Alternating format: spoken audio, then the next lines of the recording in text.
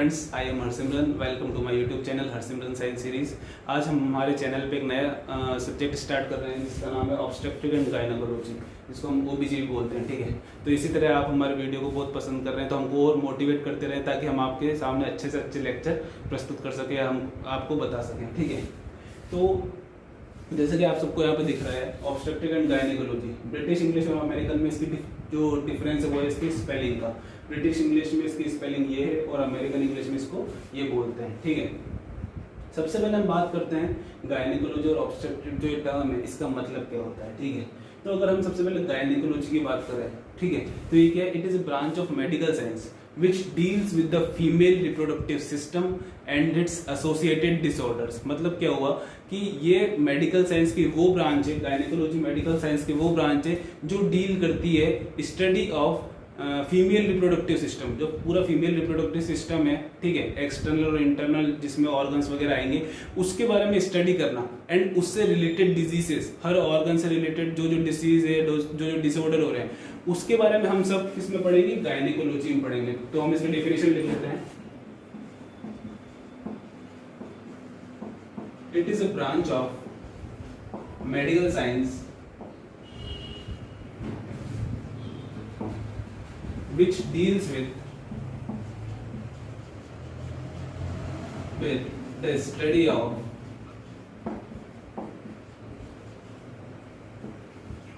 female reproductive system and its associated disorders।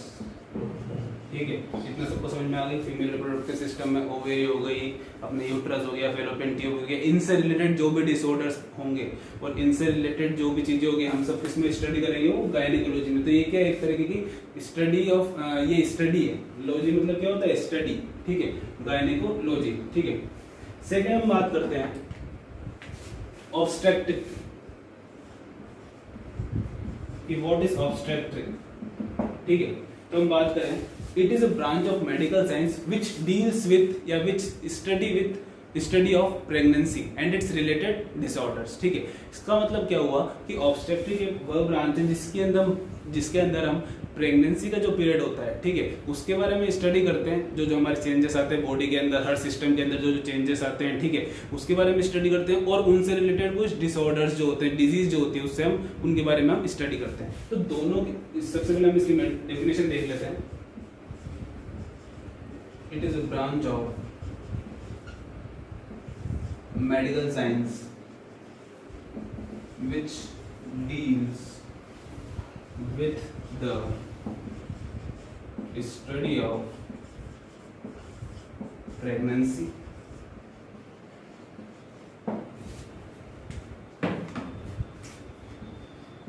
and its related disorders।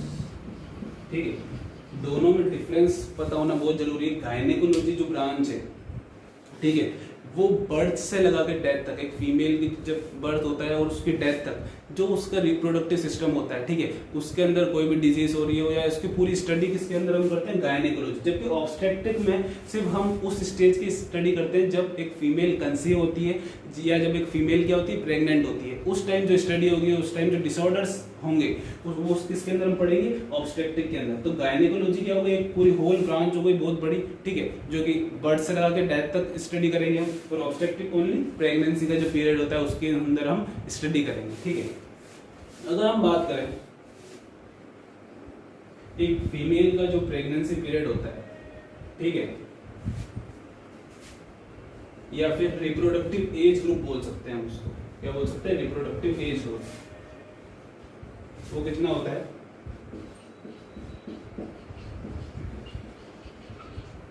Reproductive age group. कई books में ये आपको 15 to 45 मिलेगा, कई में 15 to 49 मिलेगा और कई में ये 12 to 51 भी मिल सकता है हमको। ठीक है, तो हमको सब ध्यान में होना चाहिए। तो अगर हम टेक्निकली बात करें तो जो रिप्रोडक्टिव एज ग्रुप होता है, ठीक है, वो स्टार्ट होता है प्यूबर्टी से।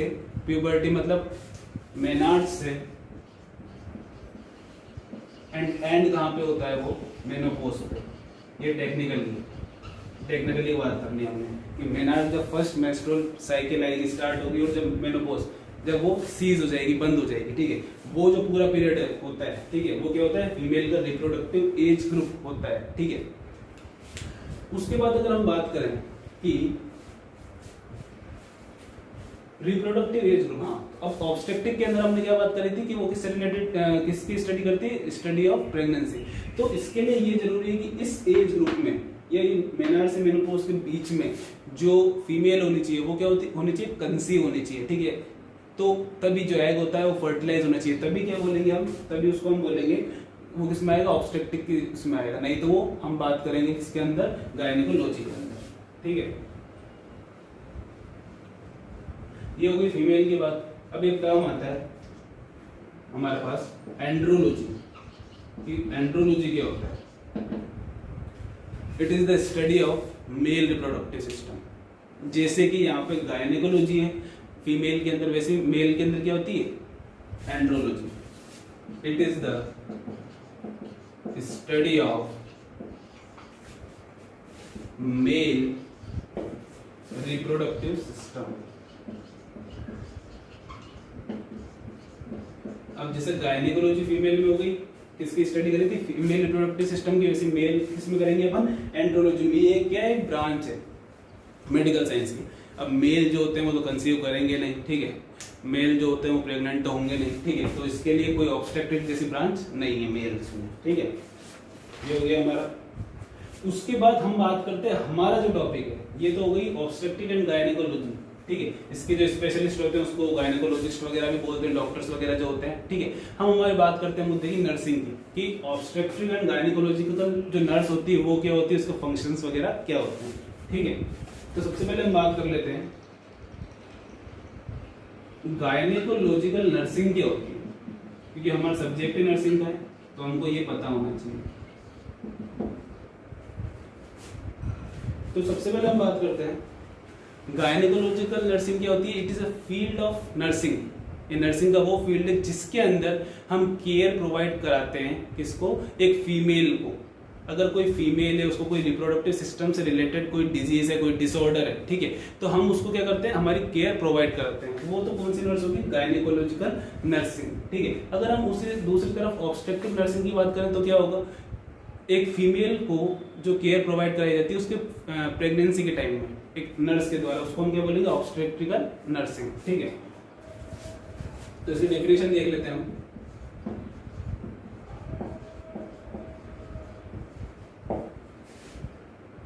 It is a branch of nursing in which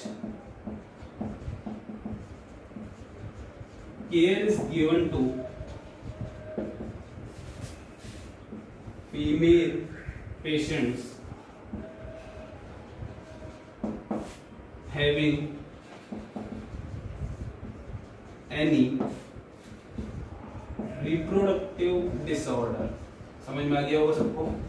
किन फीमेल्स को केयर प्रोवाइड कराई जाएगी, जिसको कोई रिप्रोडक्टिव डिसऑर्डर हो। हमने बताया था गायनेकोलॉजी में क्या होता है कि भाई बर्थ से लगा के डेथ तक जो भी प्रॉब्लम्स एसोसिएट होती है फीमेल रिप्रोडक्टिव सिस्टम में, ठीक है, वो किसके अंदर, गायनेकोलॉजी के अंदर आता है, उसके अंदर हम स्टडी करते हैं। जबकि गायनेकोलॉजिकल नर्सिंग में हम क्या करेंगे, हम केयर प्रोवाइड कराएंगे उस फीमेल को जिसको उसके कोई भी जो रिप्रोडक्टिव ऑर्गन्स है उससे रिलेटेड कोई भी डिजीज है, तो वो किसके अंदर आ जाएगी, हमारी गायनेकोलॉजिकल नर्सिंग में आ जाएगी, ठीक है। दूसरी तरफ अगर हम बात करें ऑब्स्टेट्रिक नर्सिंग क्या होती है,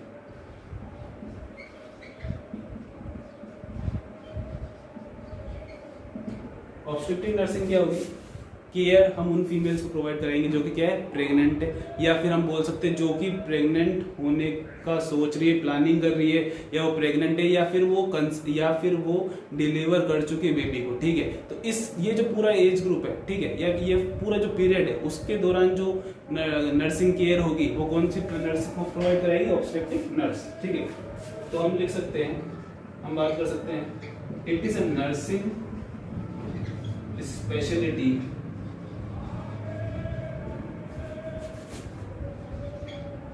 that work with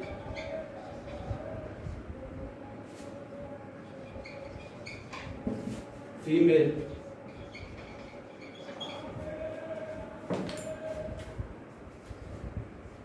who are attempting to become pregnant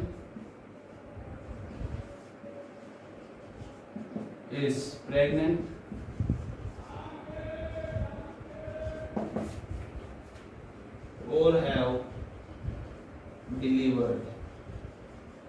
वही बात हो गई कि किसके साथ वर्क करेगी, वो फीमेल जो कि अटेम्प्ट कर रही है प्रेग्नेंट होने का, सेकंड या फिर वो प्रेगनेंसी में है या फिर उसकी अभी रिसेंटली कोई डिलीवरी हुई है, ठीक है। तो ऑब्स्ट्रक्टिव नर्व उसके साथ वर्क करेगी या उसको अपना सहयोग देगी, ठीक है। ये हो गई हमारी नर्सिंग की बात, ठीक है। अब हम बात करते हैं कि हमारे जो बीएससी नर्सिंग 4th ईयर के अंदर जो सिलेबस है, ठीक है, ओबीजी के अंदर वो क्या उसके अंदर क्या क्या यूनिट्स है, ठीक है। हम क्या करेंगे, एक एक यूनिट को हम क्या करेंगे, कंप्लीट करते जाएंगे और मैक्सिमम हम इसको 1 to 1.5 मंथ में हमारी पूरी ओबीजी जो होगी वो हम कंप्लीट कर देंगे, ठीक है। फर्स्ट जो इसकी हम यूनिट्स के बारे में बात कर लेते हैं जो हमारे सिलेबस में है, ठीक है। फर्स्ट यूनिट जो है हमारी वो है इंट्रोडक्शन टू मिडवाइफरी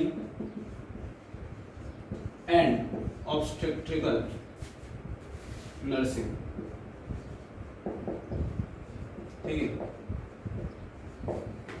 इस फर्स्ट यूनिट के अंदर हम क्या करेंगे, जैसे कि हमने ऑब्स्टेट्रिक और गायनेकोलॉजिकल जो टर्म्स है इनके बारे में स्टडी करी, उसके बाद क्या होगा, जो भी वेलफेयर्स है, ठीक है, मैटरनल वेलफेयर्स हो गए, ठीक है, कोई चाइल्ड के वेलफेयर हो गए, उसके बारे में भी हम इसके अंदर इस टॉपिक के अंदर इस यूनिट के अंदर स्टडी करेंगे, ठीक है।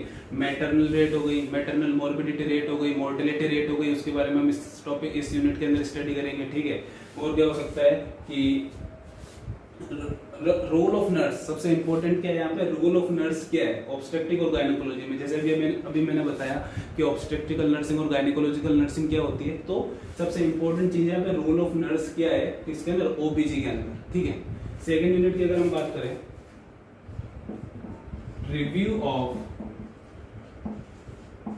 Anatomy and physiology of female reproductive system. Second unit के अंदर हम फीमेल रिप्रोडक्टिव सिस्टम की एनाटॉमी एंड फिजियोलॉजी के बारे में बात करेंगे। ये हमने फर्स्ट ईयर में एनाटॉमी एंड फिजियोलॉजी में थोड़ा बहुत पढ़ा था, पर हम यहाँ पे क्या करेंगे, डिटेल में फीमेल रिप्रोडक्टिव सिस्टम की क्या करेंगे, स्टडी करेंगे, उसकी एनाटॉमी और उसकी फिजियोलॉजी की हम क्या करेंगे, स्टडी करेंगे। थर्ड की अगर हम बात करें तो है assessment and management of antenatal care, antenatal और इसको हम बोल सकते हैं प्रीनेटल, ठीक है। सबसे पहले हमको ये पता होना चाहिए कि एंटीनेटल और प्रीनेटल केयर क्या होती है। तो हम बात करते हैं एंटीनेटल केयर, वो केयर होती है जो कि प्रोवाइड कराई जाती है एक फीमेल को जब वो प्रेग्नेंट होती है या जब उसके प्रेगनेंसी का पीरियड चल रहा होता है, ठीक है। तो उस दौरान उसको बहुत सारे चेकअप्स वगैरह होते हैं, ठीक है, अलग अलग तरीके के टेस्ट वगैरह होते हैं, ठीक है, ताकि कोई चांस नहीं रहे, कोई डिसऑर्डर होने का अगर चांस है या कोई डिसऑर्डर पहले से ही है तो हम उसको क्या कर सके, वहीं पे ट्रीट कर सके, उसके हम प्रिवेंशन बता सके, उसके हम क्या कर सके, उसके हम सर्जरी वगैरह कर सके या उसके हम मेडिकेशन उस टाइम दे सके। तो एंटीनेटल केयर और प्रीनेटल केयर बहुत ज़्यादा जरूरी होती है, ठीक है, क्योंकि इससे हम अगर हमको जैसे कि बोलते हैं ना कि किसी बीमारी का हमको जितना जल्दी पता लगेगा उसका इलाज उतना ज़्यादा संभव हो पाता है, ठीक है। तो अगर एंटीनेटल केयर और प्रीनेटल केयर के दौरान ही अगर हमको कोई भी कॉम्प्लिकेशन है तो अगर हमको उसका पता चल गया है, ठीक है, तो हम क्या कर सकते हैं, उसको मेडिकेशन देके हम उसको जो भी उसका इलाज है, ठीक है, उसको हम द्वारा हम उसको क्या कर सकते हैं, सही कर सकते हैं, ठीक है। जैसे कि इसके अंदर प्रीनेटल केयर के अंदर बहुत सारे टेस्ट वगैरह भी होते हैं, ठीक है, जैसे कि अल्ट्रासोनोग्राफी हो गई, ठीक है, और कौन सा हो गया, कार्डियोटोमोग्राफी हो गई, जिससे क्या करते हैं, फीटल का हार्ट रेट चेक करते हैं ये, ठीक है, फीटल का हार्ट रेट वगैरह चेक करते हैं, ठीक है। फोर्थ यूनिट की अगर इसकी हम बात करें, assessment and management of intranatal care,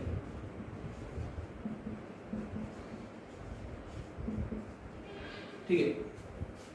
3 term आई पढ़ेंगे अब, एंटीनेटल केयर, इंटरनेटल केयर और पोस्टनेटल केयर, ठीक है। हमने एंटीनेटल केयर पढ़ी दिया, प्रेगनेंसी का जो टाइम होता है उसके दौरान। अब हम पढ़ रहे हैं इंट्रानेटल केयर। इंटरनेटल केयर क्या होगी? इंटरनेटल केयर वो होती जो कि हम चीज ध्यान रखते हैं, जो मेजर्स हम उठाते हैं किस टाइम, जब डिलीवरी के टाइम। जब डिलीवरी के टाइम जो भी हम लेबर रूम को सेट करना या फिर जो भी हम हमारे प्रिवेंटिव मेजर्स यूज कर सकते हैं, ठीक है। डिलीवरी से जस्ट पहले तो पीरियड जो होता है वो क्या होता है हमारा, ये हम बोल सकते हैं डिलीवरी के दौरान का जो पीरियड हो सकता है वो हमारा क्या हो सकता है, इंट्रानेटल केयर हो सकता है, ठीक है।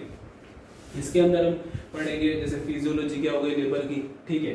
और उसके बाद हम पढ़ेंगे इसके अंदर मैकेनिज्म क्या है लेबर का, ठीक है। मैनेजमेंट क्या है लेबर का, तो ये सारी चीजें हम इसके अंदर पढ़ेंगे। Assessment and management of intranatal care, ठीक है। 4 यूनिट की हमने बात कर ली है यहाँ पे अभी।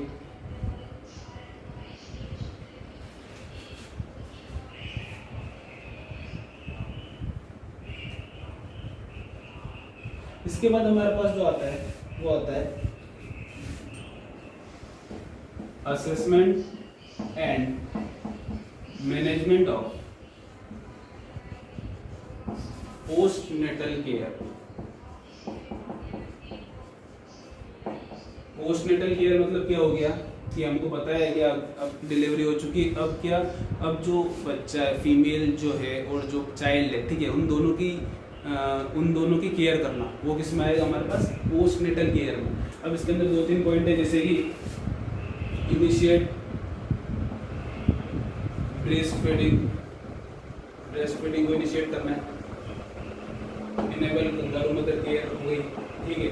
तो इन सब मेजर्स को जितने से जल्दी हम उठाएंगे उतना ज़्यादा क्या होगा दोनों के लिए, फीमेल के लिए और चाइल्ड के लिए क्या होगा, अच्छा होगा। और हम बात करें कि इसके अंदर बाद में हम फॉलो वगैरह देखते हैं, ठीक है, रिपोर्ट्स वगैरह करते हैं,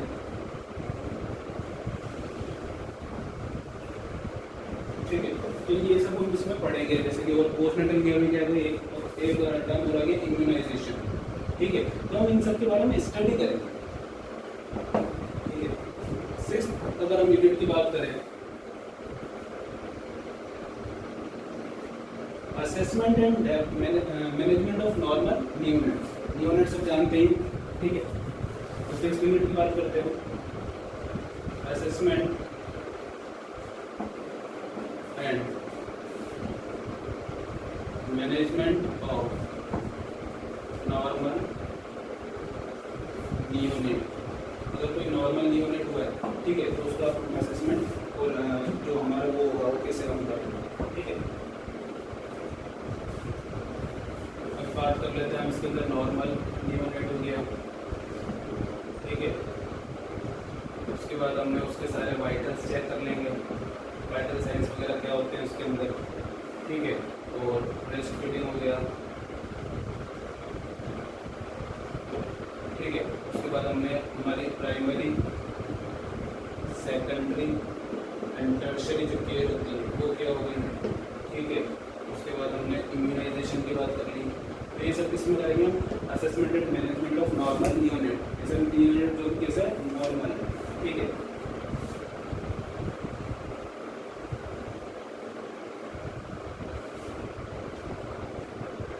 सेवंथ जो हमारी यूनिट है वो है assessment and management of high risk pregnancy, ठीक है। ऐसी प्रेगनेंसी जो है वो क्या है, हाई रिस्क पे, ठीक है। तो हम क्या कर सकते हैं, इससे हम टेस्ट वगैरह करके, ठीक है, उनको क्या कर सकते हैं, हम ट्रीट कर सकते हैं। जैसे कि जो टेस्ट वगैरह की हम बात करें तो सबसे पहले हम बात करते हैं स्क्रीनिंग एंड असेसमेंट की। सबसे पहले क्या जरूरी है, स्क्रीनिंग एंड असेसमेंट जो है वो बहुत ज़्यादा जरूरी है।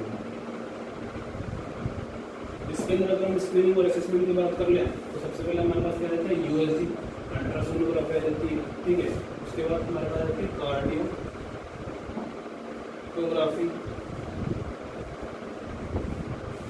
उसके बाद हमारे पास रहता है non stress test. Non stress test के अंदर क्या होता है, बच्चे की हार्ट बीट चेक करते हैं, क्या करते हैं कि बच्चे की हार्ट बीट क्या है, नॉर्मल है कि नहीं है। उसके बाद अगर हम बात करें, ठीक है, तो CST आ जाता है हमारे पास, उसको हम बोलते हैं non stress test. Heartbeat check की जाती है इसमें। इसके अंदर हमारे पास चेक करते हैं कॉन्ट्रैक्शन स्ट्रेस टेस्ट, ठीक है।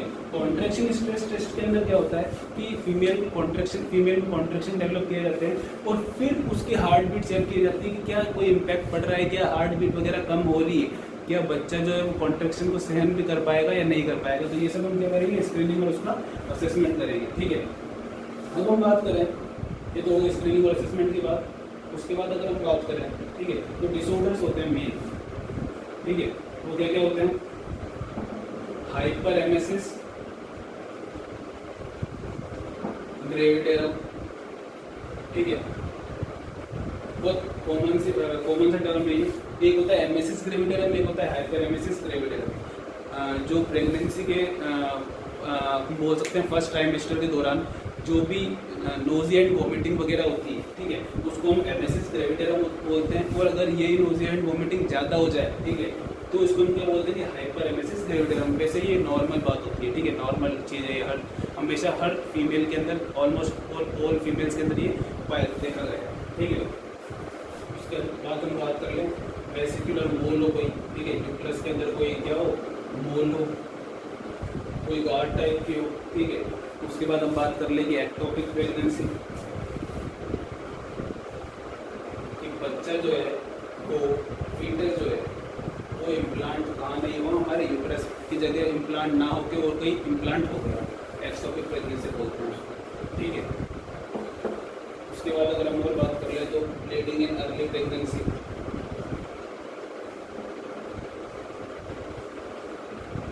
ये सब हम इसके अंदर क्या करेंगे, कुछ डिसऑर्डर्स होते हैं, बहुत सारे डिसऑर्डर्स होते हैं, ये सब हम इस यूनिट के अंदर पढ़ेंगे, ठीक है। उसके बाद अगर हम बात करें जैसे यूटीआई वगैरह होती है तो बहुत सारे डिसऑर्डर्स इसके अंदर आते हैं।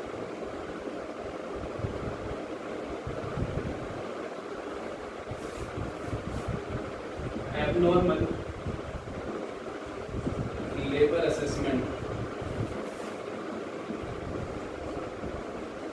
एंड मैनेजमेंट, इसके अंदर हम वो लेबर देखेंगे जो कि क्या है, एबनॉर्मल है, ठीक है।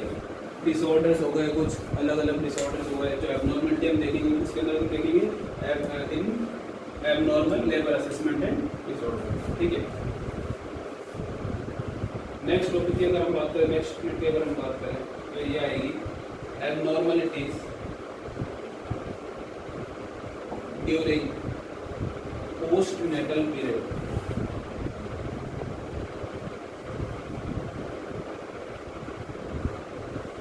जैसे कि पोस्टपार्टम न्यूरोसिस हो सकता है, पोस्टपार्टम डिप्रेशन वगैरह हो सकता है, पोस्टपार्टम लो हो सकता है, ये कुछ कंडीशन है जो कि क्या हमको देखने को मिलती है पोस्ट नेटल पीरियड के अंदर हमको देखने को मिलती है। 9th यूनिट हो गई हमारी, 8th यूनिट थी, ठीक है। 10th यूनिट की अगर हम बात करें, ठीक है, तो assessment and management of high risk newborn's. High risk newborn's क्या होते हैं, ठीक है, जो कि जिनका लो बर्थ वेट है या वेरी लो बर्थ वेट है वो उसके अंदर आ सकते हैं, ठीक है।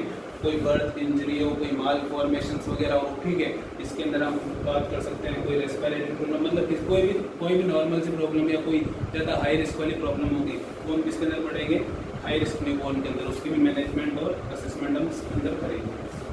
हमारी जो 11th यूनिट आती है वो होती है फार्मेको थेरेपेटिक्स इन ऑब्स्ट्रक्टिव, मतलब ऑब्स्ट्रक्टिव नर्सिंग के अंदर या ऑब्स्ट्रक्टिव जो ब्रांच है, ठीक है, जो फीमेल के अंदर या प्रेगनेंसी के दौरान जो टाइम के अंदर जो मेडिकेशन दी जाती है वो कौन कौन सी दी जाती है वो हम किसके अंदर बात करेंगे। जैसे कि ऑक्सीटोसिन वगैरह हो गई, ठीक है, ऑक्सीटोसिन हो गई, एंटी हाइपरटेंसिव हो गई, ठीक है, डायबिटिक्स हो गई। तो ये सब हम किसके अंदर पढ़ेंगे, फार्माकोथेरेपेटिक्स इन ऑब्स्ट्रक्टिव। लास्ट जो हमारी यूनिट बची है वो है फैमिली वेलफेयर प्रोग्राम। कि गवर्नमेंट ने कौन कौन से फैमिली वेलफेयर प्रोग्राम्स रन कर रखे हैं, ठीक है, जैसे पॉपुलेशन कंट्रोल हो गया, ठीक है, इनफर्टिलिटी के लिए हो गया, फोर्थ यूनिट हो गई हमारी फैमिली वेलफेयर प्रोग्राम, जिसमें लोगों को जागरूक किया जाता है। ठीक है, जैसे कि किसके ऊपर बेस्ड हो गई, ये पॉपुलेशन के ऊपर हो गई। ठीक है, और किसके ऊपर हो गई, इनफर्टिलिटी के ऊपर हो गई। ठीक है, कोई ऑर्गेनाइजेशन वगैरह इसके अंदर रोल ऑफ नर्स क्या है। ठीक है, वेलफेयर प्रोग्राम के अंदर तो हम ये सारी यूनिट्स हमारे अपने जो हमारी नेक्स्ट वीडियोस होगी, हम इसमें क्या करेंगे, एक एक यूनिट को हम उठाएंगे और उसको हम कंप्लीट करते हुए चलेंगे। 1 से 1.5 महीने के अंदर हमारा ऐसा कोर्स कंप्लीट हो जाएगा। जितना हमको ये डिफिकल्ट लगता है सब्जेक्ट, ये उतना डिफिकल्ट सब्जेक्ट ये नहीं, और बहुत ज़्यादा इंटरेस्टिंग सब्जेक्ट है।